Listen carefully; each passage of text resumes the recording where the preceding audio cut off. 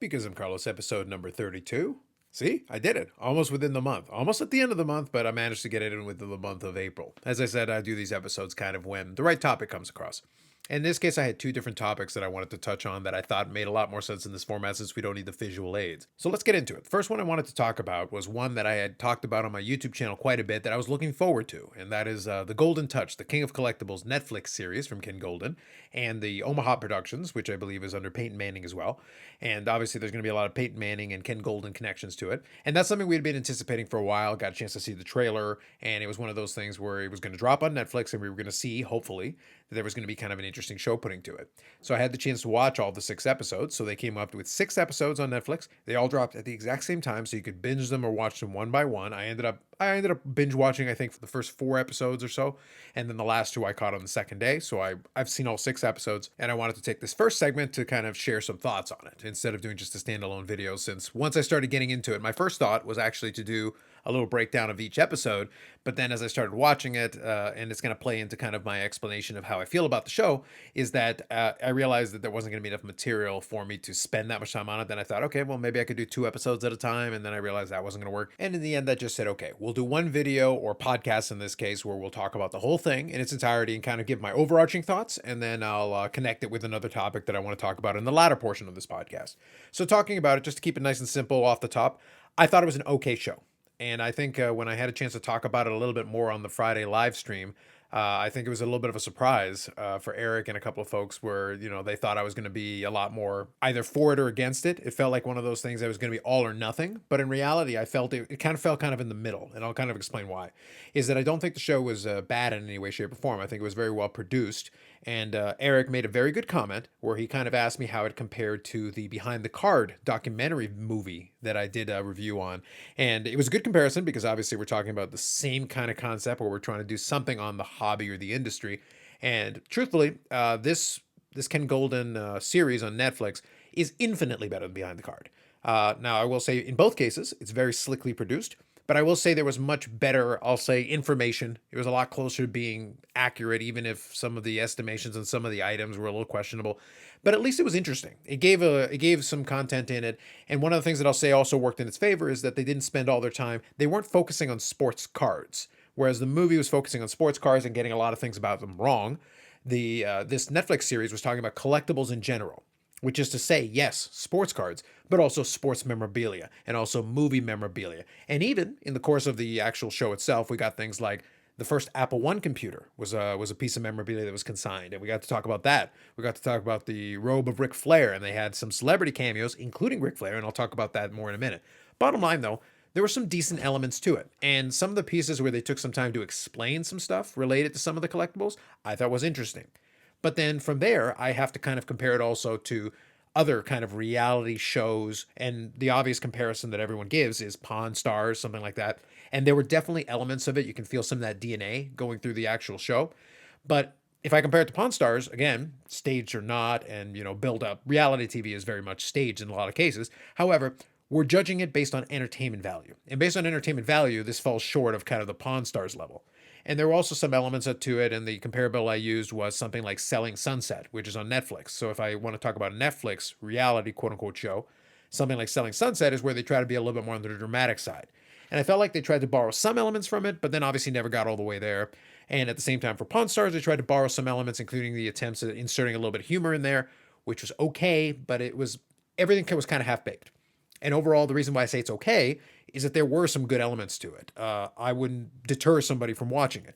If you already, the way maybe I would explain this is, if you already have Netflix and you have some interest in collectibles and things like that, I wouldn't dissuade you from watching it. It's 6 episodes. Each episode runs about half an hour, give or take. I think the longest episode was the last episode at about 41 minutes, and the shortest might have been just shy of half an hour. So you're sitting at about half an hour per episode. You're talking about a 6 hour commitment overall. Sorry, a 3 hour commitment overall, which isn't too bad, to be honest. 6 episodes, about 3 hours. You can binge watch it if you want to, or you can just take it an episode at a time, a piece at a time, and be able to watch it. But truthfully, you won't be necessarily spending a lot of time super engaged with the content. And that's why I say I can't like elevate it to being like really good, because a lot of it can just operate as background noise.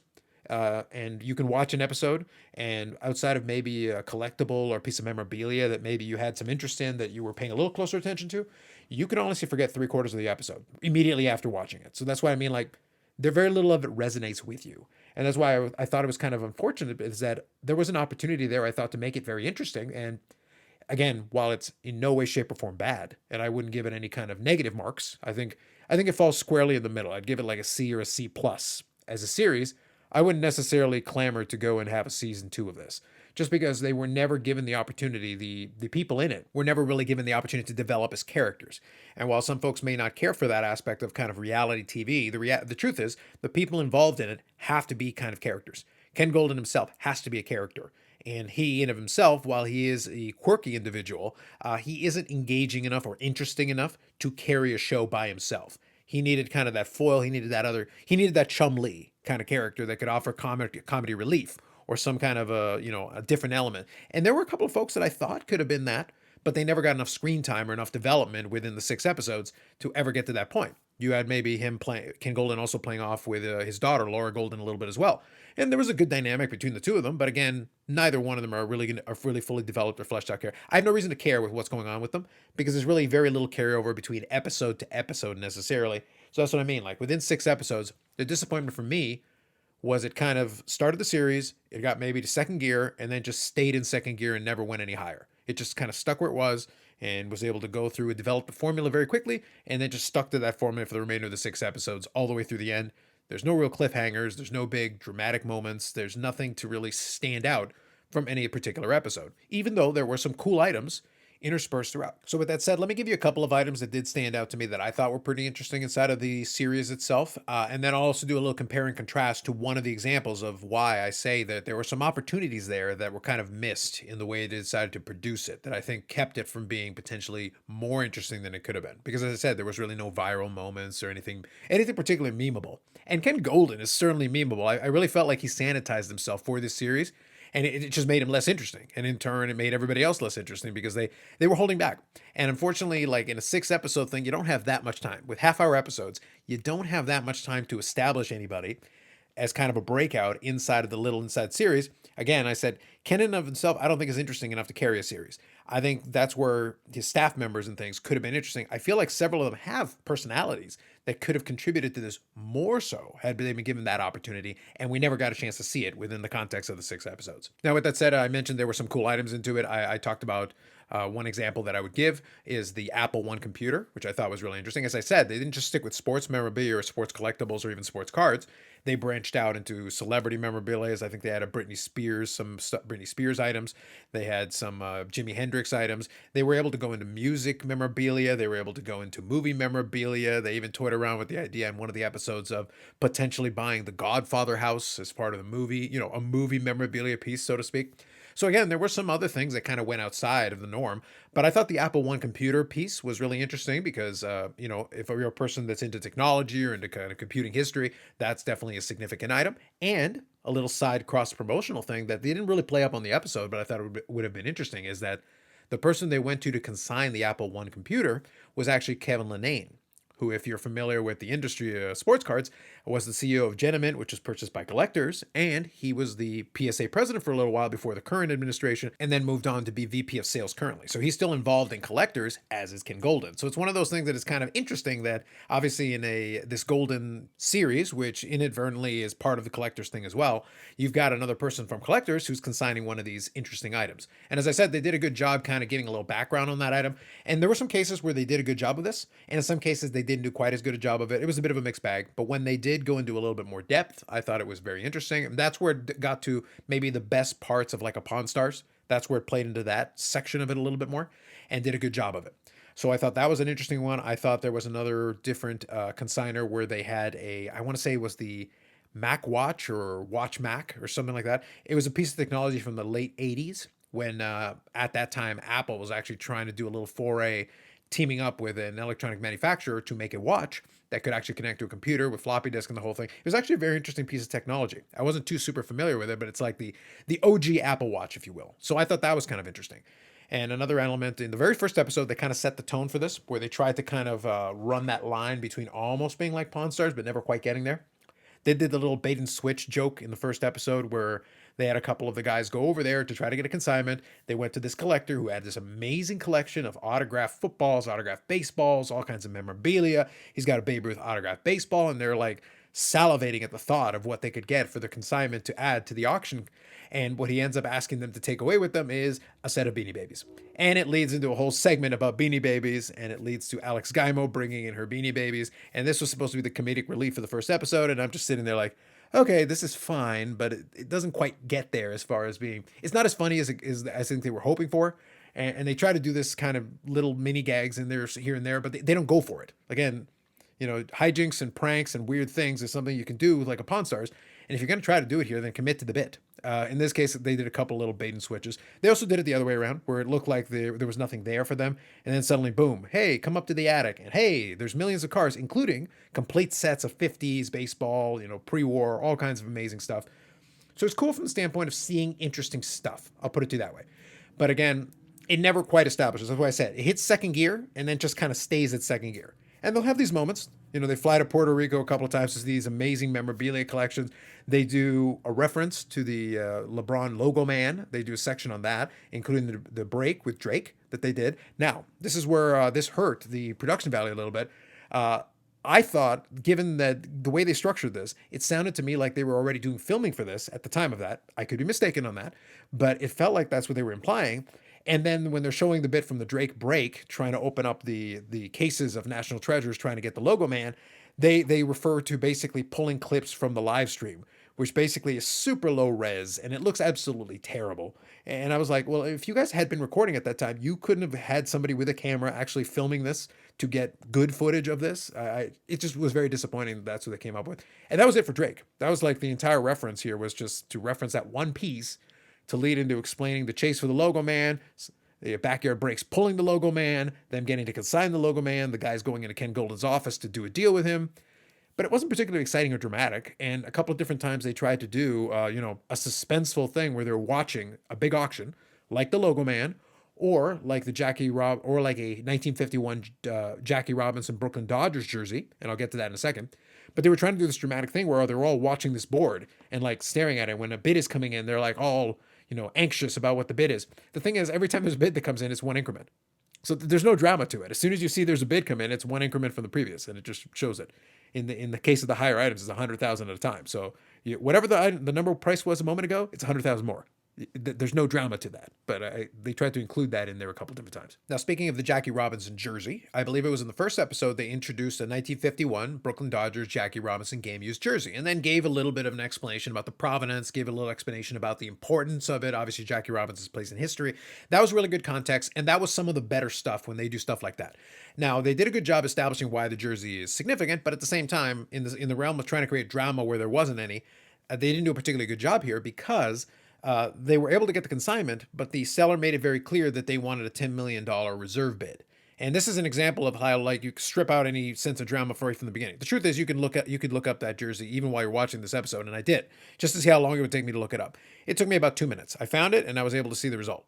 And spoiler for you, they were able to get a bid up to $7.2 million, and it didn't sell because it didn't meet the reserve. So in reality, nothing happened. It would have been a record sale at the time had they been able to execute and complete it, but the consignor wanted too much, so nothing actually happened. There was no sale. There were bids that people tried to buy it, but nothing occurred. So that was an entire segment of an episode where they tried to do this thing, and in reality, nothing happened. In the same vein as I said earlier of kind of not fully capitalizing on what you had there, is they used various celebrity cameos. They had Mike Tyson come in and try to do a consignment where he was leaving some of his fighting shorts, and he was leaving fighting shorts that were, pictured in the Mike Tyson's Punch-Out. So they were able to make that link in association to it, which I thought was interesting. I thought that was really good. And this is where I'll compare and contrast now to a different thing. I'll compare it to Chasing Cardboard on YouTube, and I'll give you an example of how you can use something like this. And the Goldin Show didn't quite capitalize on this. You've got Mike Tyson there talking with Ken Goldin. And the opportunity is there to have at least a short conversation. You don't have to sit there for an hour having a sit down. But you're right there. You can have a conversation. At one point, Mike Tyson wants one of Ken Goldin's Muhammad Ali signed gloves. Apparently, he's a collector and aficionado of Muhammad Ali memorabilia, which I recall from seeing some biographies that Mike Tyson was a big admirer of Muhammad Ali. So this checks out. It makes sense. But you've got him there, and you've got him showing obvious interest in Muhammad Ali memorabilia. Hey, wouldn't this have been a good idea, even if it's for 5 minutes?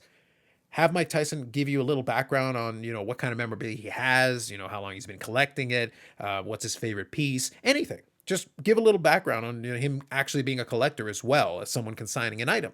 5 minutes, and one of the episodes would have been a little extra that would have taken advantage of the fact that he's there participating in this. You could have gotten at least a little bit of a blurb about him for his own collecting, just to find out kind of what interested him and what kind of collection he was putting together. And it would have been very interesting, I think, to get that kind of background. Now, I said to contrast this to Chasing Cardboard. Chasing Cardboard you can see on YouTube for free. But in the very last episode, and I'll leave a link to the description of the podcast episode and the YouTube one as well, so that you can see it for yourself. In the very last episode, they had about a 36-minute episode, so kind of time-wise, kind of on par with this Goldin Netflix, like I said, in terms of timing. But they visited Ty, and one of his friends there visited Raleigh Fingers. And they went over to his house and got a chance to see some of his collection and got to talk with him about his collecting, memories about it. So they had a sit down with Raleigh Fingers where they had a chance to chat for a little while. And in the end, they picked up some items, but they also got to see some items. He got to give a little bit of an explanation. He got to talk about some of his own collecting, his background in it, how he got into it, things that he likes, things that are interesting to him. Here is a celebrity. Now, Raleigh Fingers, while a Baseball Hall of Famer, is not on the level of a Mike Tyson, but I want you to think about this. They were able to absolutely maximize an opportunity to get a chance to chat with this person who also happened to be a collector. What a nice opportunity to take advantage of that and produce what honestly was a more interesting. That one episode of Chasing Cardboard, in and of itself as a standalone, I think was more interesting than anything that the Goldin Show was able to bring to the table, despite the fact that the Goldin Show obviously has access to really amazing pieces of memorabilia. They were able to go with Karl Malone and do a consignment. I believe they were able to get the consignment done for an entire set of jerseys for the Dream Team. Again, phenomenal, top-tier memorabilia. Michael Jordan jerseys, Michael Jordan shoes. Again, I talked about the music memorabilia. I talked about, the technology memorabilia and all the other things. So Goldin has access to all this tremendous memorabilia, but at the end of the day, it didn't mean that it was going to produce an interesting show. And that's why I say that it was not a bad show, because I think there were a lot of good elements to it. But at the end of the day, with all the opportunity they had and all the resources they had at their disposal, they really fell short of what it could have been. And that's where it kind of left me. Now, from a selfish content standpoint, part of the reason I was looking so forward to it is I figured, okay, well, if this is really bad, it could be kind of fun to poke fun at as a content piece. But it wasn't really bad. It was okay. But it also wasn't really good either. So I can't heap praise upon it. But at the same time, if somebody says to me hey, would you recommend the show? If you already got Netflix and you like sports memorabilia, why not? Check it out. It's not a big time investment out of your day. It's, like I said, 3 hours and you could binge it. At the same time, I wouldn't specifically go out of my way to go find it either. For me, the big takeaway is that I got a chance to get caught up on the Blacklist, and I got a chance to catch up on the half of the last season of Manifest. So I'll probably leave Netflix on long enough to check out the second half of that. I think they're coming back in June. So the point that I'm making is that I'm talking about other shows because I was finding value out of renewing my Netflix subscription when I was looking forward to getting a little bit more of this Goldin Show than I ended up actually getting into it. But that doesn't mean it was a bad show. As I said, it kind of ended up being middle of the road. It's kind of a reality show. It doesn't ascend. It doesn't go above the heap in any way, shape, or form for me. But it certainly wasn't a bad show in any way, shape, or form. I just think it, given the amount of promotion and everything that it got into it, I wouldn't necessarily be running to go do a season 2 if it was my judgment call. We can probably find other people that can probably produce a better show and probably produce a fraction of the budget. If I was the Netflix guys, I probably would throw the money at the Chasing Cardboard guys and they could probably produce a better show. Because, and this will be the last piece I'll mention about this, one of the things the Chasing Cardboard guys have done very well is that while they do have very good production values as well, one of the things they learned very early on is when they're producing these episodes is that they find a narrative thread. And this is something that was definitely missing from the Goldin Show. The episodes in and of themselves just felt like these standalone clips that they kind of spliced together. There's really no cohesion between the beginning of the episode, the middle of the episode, and the end, really. Although there were these little, reoccurring threads, there was nothing resembling a narrative. There was nothing resembling I want to see the resolution on this narrative thread. They did touch on some potential things that could have been interesting. There maybe a couple of staff members are trying to work up a promotion. Maybe they're trying to prove themselves to get that. Again, the staff members never got a chance to fully be fleshed out or really us learn about them very much to be able to say. But again, you only have 6 episodes, so I can't blame you for not having enough time to do that. At the same time, one thing they played into a couple of times was Laura Goldin, Ken Goldin's oldest daughter, potentially maybe being added to the family business. Ken Goldin making a job offer, but that's never really resolved, and it's barely touched on. It's this little thing that you touch on a couple of times. That could have been a thread maybe through a season had you chosen to do that. You could have made the job offer somewhere near the beginning of the season, and then maybe by the end of the season she accepts it, or maybe she decides not to and go her own way, or something like that. And then there you go. You got a potential hook maybe for a season 2 where, okay, she says she wants to be part of the business. Great. If you end up having a season 2, what about her now learning the family business a little bit more so? Because she doesn't have the interest necessarily in the sports memorabilia side of things, but she does have other things she can sink her teeth into that she was able to show briefly in a couple of episodes. But again, we barely scratched the surface of that. And that might have been just that this 6 episodes feels like an extended pilot trying to pitch for a show. But again, I didn't see enough to tell me that we desperately need a season 2 of this. But at the same time, like I said, I'm not going to condemn it. It's fine for what it is. And it wasn't my money. And for me, I was able to just turn on the Netflix subscription, watch the episode, and then watch some other stuff. And it's not a big deal in the grand scheme of things. But it fell short, I think, of what it could have been. And that's unfortunate because I would have loved to have seen it, especially with the connections and the abilities they had to potentially be able to do some interesting stuff. Oh, and I didn't even mention, sorry, I forgot. I didn't even mention one of the episodes they got in a Logan Paul thing in there as well, where he opened up some Pokemon cards. So like I said, plenty of opportunity, plenty of celebrity interaction in it. But it felt like you were almost putting it in just to add something where you just didn't have enough substance to carry it otherwise. And that's kind of the impression that I got out of it. That's kind of my take on it. Again, everybody's going to be a little different, but I'll recommend you to check it out if you are interested in it. There was some interesting memorabilia in it, certainly. And I'll also leave you a link to the Chasing Cardboard episode because I would highly recommend that episode. I thought that was extremely well done. And I thought they did a very good job introducing a narrative to it. And they've done a very good job with their episodes, in actually introducing narratives into these episodes to give each episode its own flavor, but at the same time leave you with a couple of things to take away from it, which I think is the best way to do this kind of thing, if that's what you're going to do. So those are my thoughts on the Goldin Touch, King of Collectibles, Ken Goldin. You got Beanie Babies, you got Apple Ones, you got game used memorabilia, and even the Godfather House of Its Own Glen. You know, a little bit of everything. And, Mike Tyson and Ric Flair and a couple of other cameos and Peyton Manning making fun of Eli. So there you go. So that is kind of my thoughts on that episode and kind of on that series and the takeaways that I got from it. Okay, now with all that done, I'll do a couple of minutes here at the tail end of this episode talking about something else. Now, obviously, if you were following football, you've noticed one of the great drama, speaking of dramatic things, was the will he or won't he, the deal that was going to be done for Aaron Rodgers. Now, that's already happened now, a little bit of time. We've already had the NFL draft, first couple of rounds as well. So obviously that deal has been completed, and now the Green Bay Packers are going to move on from Aaron Rodgers, and for the first time since 1992, I want to say, we're going to have a starting quarterback for the Green Bay Packers that is not Brett Favre or Aaron Rodgers. So that's been a very long run of 2 quarterbacks, so 2 back-to-back Hall of Fame quarterbacks. Now, that led me into kind of the thought process and thinking about this a little bit from the perspective of collecting. So let me kind of bring this around to this piece. One element from it, just sticking with the football part of the side of it, in the mid 90s, there were 2 different collections that I kind of, 2 different fandoms that I kind of started up. I started following the Green Bay Packers at that time, and I also started following the Dallas Stars. And I'll bring the Dallas Star thing into it here in a minute. But the point was, I will always have a fondness. The thought that I was having as I was thinking about the end of the Aaron Rodgers era was that while I can enjoy the present, and while I can enjoy what's happening now with some of these teams that I follow, I will always have more of a nostalgic pull to the teams that got me started in my fandom. So in the football side of things, Brett Favre represents that era of it. So I have a small collection of Brett Favre cards. I'm very picky about the cards that I tend to add into that collection because it's something that I do for enjoyment. Now, at the same time, I've talked about this, and I've done this in my live stream in my YouTube channel. I talk about how, Brett Favre is not a swell fella. No, and if you listen to some of the allegations to it, and honestly, there's more than likely more than a fair bit of truth to them, Brett Favre is not a good person. But I still enjoy collecting the cards because he is still a representative, for all his foibles and faults otherwise. He is still a representative of a time, a fandom, when I was watching and following and living and breathing a lot of what was happening with that team. Even before the Super Bowl years, into the Super Bowl years, into those 2 runs, and attempted runs, and several failures after that, because both Aaron Rodgers and Brett Favre had illustrious careers, Hall of Fame worthy careers. Brett's already in the Hall of Fame, and successes, but also innumerable failures. It's one of those things where it's a mixed bag for both, because you think about 30-year run of Hall of Fame quarterback play and 2 Super Bowls to show for it, one for each guy, and a second attempt for Favre that didn't work out against a very good team. But at the same time, innumerable opportunities to once again get to a Super Bowl that they fell short on. A lot of attempts, and between the two of them, 7 MVPs. So it's an incredible legacy between the two of them, but also very different in how they arrived at that destination. Now, bringing it into the card thing, as I mentioned, I have a collection of Favre cards that I am, curating. But at the same time, when it comes to Aaron Rodgers, I do have Aaron Rodgers cards, but I've always found it a lot more difficult to collect his stuff. It's more than anything that, from personality standpoint, I just don't enjoy him as much.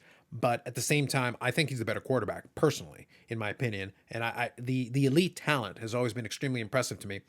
But obviously, I just don't have the same attachment to it as much as the great memories that I have of Super Bowl 45. So it's one of those situations where I do have tremendous memories that are associated to the Aaron Rodgers in his era, and Jordy Nelson and Donald Driver and a lot of that section of it that came into it. Donald Driver was towards the end of his career, and he actually carries over between the Favre era as well. But regardless, though, I do have fonder memories of the Favre era Packer teams versus the Aaron Rodgers era Packer teams, even though both of them had success and both of them had disappointments. So it's just kind of interesting the way that plays out. Now, that doesn't mean that down the road I won't add a couple of Aaron Rodgers cards to my collection to kind of fill in that as well, because that is a big chunk of my fandom and the time that I follow that team. But I just don't have the same strong feelings about it in terms of chasing it. If I do, maybe I'd look at some of the other guys that are associated to some of those championship teams and maybe look for some stuff from them. But it's just not the same enjoyment I get from potentially collecting some of those. And I found that to be the same thing with the Dallas Stars one. Although I did manage to have a better bridge, I would say, with that one, because Mike Modano is my main collection representing that era of Dallas Stars where they were ascending. They got to the 2 Stanley Cups, and they were perennial contenders for about a decade. And Modano represents that era. But then his last season in Dallas was Jamie Benn's first season in Dallas, and the two of them has operated a bridge. So I do actually collect a fair number of Jamie Benn cards. It is a little bit more fun for me from that perspective. I do enjoy elements of the Jamie Benn era, even though it's not even remotely as successful. But nonetheless, I appreciated Jamie Benn for what he was able to do. And Dallas, as I speak right now, Dallas has gotten to the second round this year, which is great. And hopefully they have great success, and I'm rooting them on. But it's going to be interesting. And then at this Toronto Expo, I actually did grab a couple of cards for both Jason Robertson and Jake Ottinger, representing the current era. So even though Jamie Benn's still on the team, I'm also grabbing a couple of cards that are going to represent the current era. So I find that that's been a little bit more enjoyable for me, even though the amount of effort I'm going to put into chasing down those cards for the current guys is a fraction of the effort that I put into still collecting the Modano cards that represent the era of my strongest fandom when it really got where it really blossomed and really bloomed. And I think that's the thing that happens with a lot with collectors. It's the pull of those memories. For me, a lot of those 90s teams for the 3 of the sports that I collect are going to be the strongest. I'm going to favor stuff for like that Favre collection versus like an Aaron Rodgers in the football side. I'm going to favor the Modano era and a lot of the players that were in that time period versus, even Jamie Benn, even though I do collect this stuff as well. And then the Jason Roberts and Jake Ottinger, the current era guys on those teams. And then the same thing with baseball. When I'm watching the Blue Jays play, I can appreciate Vladimir Guerrero Jr., I can appreciate Bo Bichette, I can appreciate the members of the team, but I will always favor, if you just give me a choice and say, hey, would you like to buy a Jays card? I'll probably go look for a Joe Carter or Roberto Alomar, or even a Paul Molitor, or even a couple of the guys that did a cup of coffee for those championship years, because they represent that era. That is the strongest era for me when it was my greatest time as a fan. Close to that would be something like Delgado, who kind of bridged the gap between that. Again, very similar to Jamie Benn, but again, it won't be quite to the same level. And even the Jose Batista, as much as I enjoyed that era when that team was relevant and playing well, it's not going to be nearly as strong as the connection that I have to those early 90s teams. So that's just kind of a general thought that I had, something that I was thinking about in the sense of kind of what motivates our desire to collect certain things. Because at the end of the day, it's got to be what you like. It's one of those things where when I'm talking about the Modano, Jamie Benn, Jason Robertson, Jake Ottinger, hockey cards are hockey cards. We've got different eras of them. Obviously, you can prefer certain eras or certain things. You can talk about the 90s. When we talk about the 90s, you've got some amazing cards, amazing inserts, amazing technology. One benefit, I would say, that also kind of plays into this is, again, while I enjoy the Brett Favre kind of era of the Packers a little bit more than the Aaron Rodgers one, even though the Aaron Rodgers one was fairly successful, even if not as much as I would have liked, still a fair bit of success involved in there. When I think of the 90s, it's a heck of a lot easier to get enthused about a lot of those amazing inserts that came in the 90s. So Favre being a premier player at that time and one of the top players in the league meant that he was on a lot of great insert sets and parallel sets that represent some of the best designs and best cards of that era. Same thing with Medano, who was playing through the whole 90s period. And there were some amazing sets and inserts and those things, which honestly, to me, still hold up as some of the best of the era. And then compared to today, where there's some nice cards, but it's not necessarily going to be as nice as some of the best of that time period. So I think that is another aspect that also plays into it. Another thing that just adds something to it. So just in that situation, it tends to be more just luck of the draw. It just so happens that I was coming of age as a fan during that 90s period, so I got to take advantage of the fact that I lived through that whole time and I got to enjoy a lot of those inserts. So I have the memories associated to them. So I'm certainly going to favor them in addition to the fact that they're just, I think, some of the best inserts that came out at that time period. For the players that come after, it's going to be a little trickier. I can kind of pick and choose a little bit, but that isn't to say that there isn't good stuff still being produced today. I just think it's in lesser quantity. So I think you have to be a little bit pickier in order to find the right thing that maybe fits your aesthetic or your preference, whatever the case may be. So just some kind of thoughts that I wanted to include on that, and some musings that I had as far as that's concerned, because I was thinking about that the other day, and I thought that was kind of a fun little topic here to finish off on this episode. So anyway, that's episode 32 of the Because I'm Carlos podcast. I wanted to come back and talk about a couple of things, do the review on the Goldin Touch, and then also talk about some collecting musings that I had when I was thinking about that a little bit, with the end of the Aaron Rodgers era and then the beginning of the Jordan Love era, question mark. I've kind of as a bookend to my discussion there, I have picked up a couple of Jordan Love cards. Again, I'm not going to be as enthused about it. I'm crossing my fingers and hoping he's going to be good. I would love for him to be a great quarterback and kind of keep the line going, but I'm not going to assume that. But I do want to have a couple of cards as kind of a representation of the changing of the guard in this time period. So I do think there's some value to that as having, it's the same thing with the Jason Robertson, the Odger. While I might not be quite as enthused as a fan and, not as live or die on the current team, that doesn't mean that I don't want to acknowledge the current era. I want to be able to enjoy it. And it's fun to have a couple of cards, again, few, to kind of represent the current time period. And we'll see where it goes. You never know. I'm going to hope for the best. And if that team is able to be successful, then it would be awesome to have that as a great time period to be able to enjoy that moment in time, even if it will never be quite the same as it was, in my more formative sports fandom years. With that all said, thank you for listening. Hopefully, if you're listening to it on a podcast format, hopefully you can leave a review wherever that allows you to. If you're checking it out on the YouTube one, if you could hit the like, that would be greatly appreciated, or subscribe to the channel if you're enjoying it. Otherwise, there will be more videos coming up on the YouTube channel. And again, I will come back with the podcast episodes at whatever cadence I can find the right topic for it. So that said, the podcast is available on Spotify or wherever you get your podcast, as well as YouTube, which is the hub for a lot of the content that I do. So that is always the best place to check it out. I do include some links in the description for you so you can check that out. And if you are on the YouTube side of things, I'd love to know if there's any fandoms or any specific eras of collecting that you have a little bit more of a connection to. In the same vein, kind of what eras of collecting interest you the most because of your direct connection to that time period or good memories you have. I'd be kind of curious which ones would fall under that category for you. With that said, thanks very much, and we'll catch you in the next one.